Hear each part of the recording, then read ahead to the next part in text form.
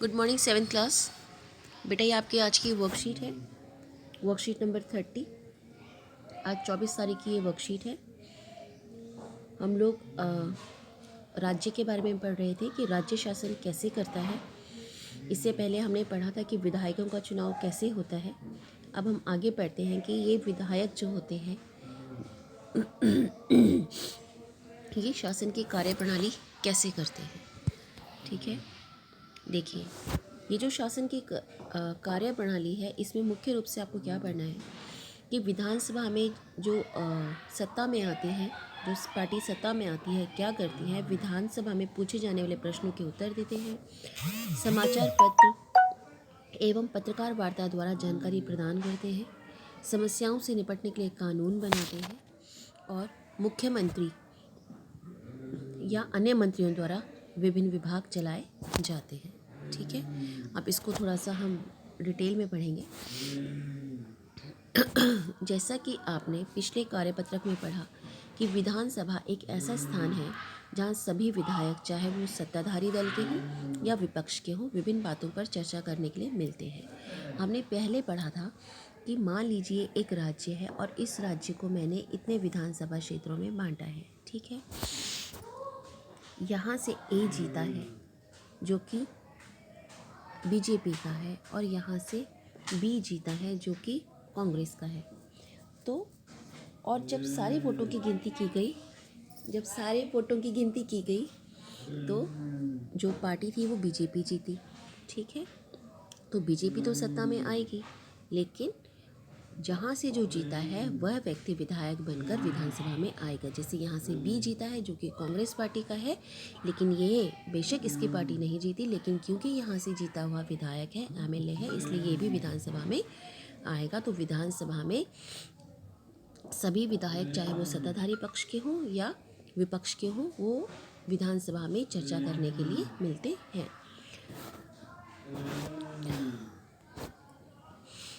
ठीक है, जब ये वहाँ पर मिलते हैं तो ये क्या करते हैं, ये राज्य की अपनी समस्याएं देखते हैं कि हमारे राज्य में क्या समस्याएं हैं और उनसे निपटने के लिए कौन से कानून बनाने ज़रूरी है। प्रत्येक राज्य की विधानसभा में कुछ मुद्दों पर कानून बनाने का कार्य भी किया जाता है। विभिन्न सरकारी विभाग इन कानूनों को लागू करते हैं। विधायक सामूहिक रूप से सरकार के काम के लिए उत्तरदायी होते हैं। जो भी काम सरकार द्वारा निश्चित किया जाता है या कानून बनाया जाता है, उसके लिए रिस्पॉन्सिबल कौन होता है, जिम्मेदार या उत्तरदायी कौन होता है, सभी विधायक सामूहिक रूप से। मतलब कोई एक विधायक उसके लिए जिम्मेदार नहीं होगा, उसके लिए सभी विधायक जिम्मेदार होंगे।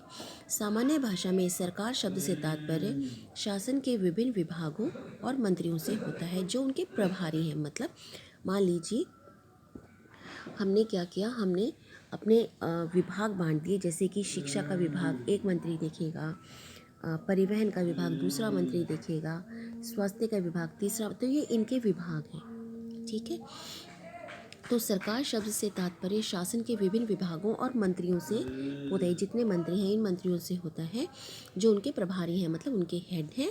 इन सबका सामूहिक प्रमुख, और इन सब का जो हेड होगा वो एक होगा, वो होगा मुख्यमंत्री। सही मायने में तो यही सरकार के कार्यकारी हिस्सा यानी कार्यपालिका कहलाता है। मतलब जो सरकार के द्वारा बनाए गए नियम और कानूनों को लागू करता है उन्हें कार्यपालिका कहा जाता है। दूसरी तरफ सारे विधायक जो विधानसभा में एकत्र होते हैं वो विधायिका कहलाते हैं। ठीक है, तो ये अर्थ आपको अंतर याद रखना है। जितने विधायक विधानसभा में एकत्रित होते हैं वो विधायिका कहलाते हैं, क्योंकि वो किसी कानून का या किसी नियम का को बनाते हैं और जो उनको लागू करता है, जैसे विभिन्न विभागों के मंत्री, वो कार्यपालिका का हिस्सा होते हैं। ठीक है, लोकतंत्र में विधायकों को इंग्लिश में बोलते हैं एमएलए मतलब मेंबर ऑफ लेजिस्लेटिव असेंबली।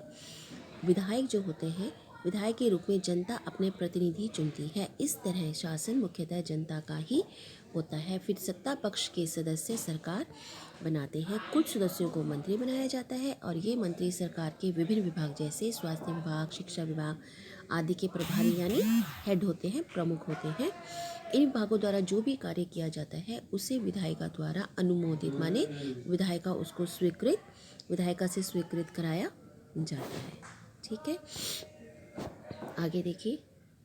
अब जनता कैसे अपने विचार व्यक्त करेगी, क्या तरीका है। एक, प्रेस वार्ता करेगी, प्रेस वालों को बुलाएगी और अपने विचार व्यक्त करेगी। दूसरा, मान लीजिए कोई भी कानून पास किया है, जनता को अच्छा नहीं लगा है या उनको लगता है उनके हित में नहीं है, तो वो धरना देती है, प्रदर्शन करती है, रैली निकालती है।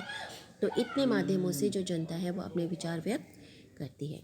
अब देखिए, एक एक्टिविटी आपको दी हुई है, यहाँ पे विभागों के नाम हैं, जैसे शिक्षा विभाग, कृषि विभाग, लोक निर्माण विभाग, स्वास्थ्य विभाग।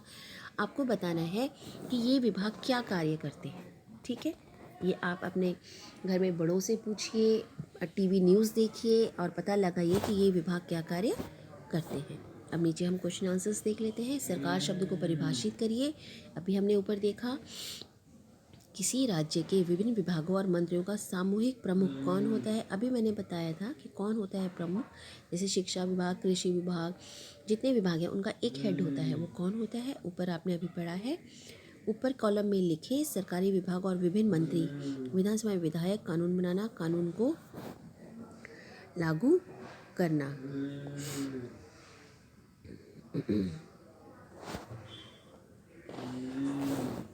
ठीक है, ये देखिए आपको एक कॉलम दे रखा है,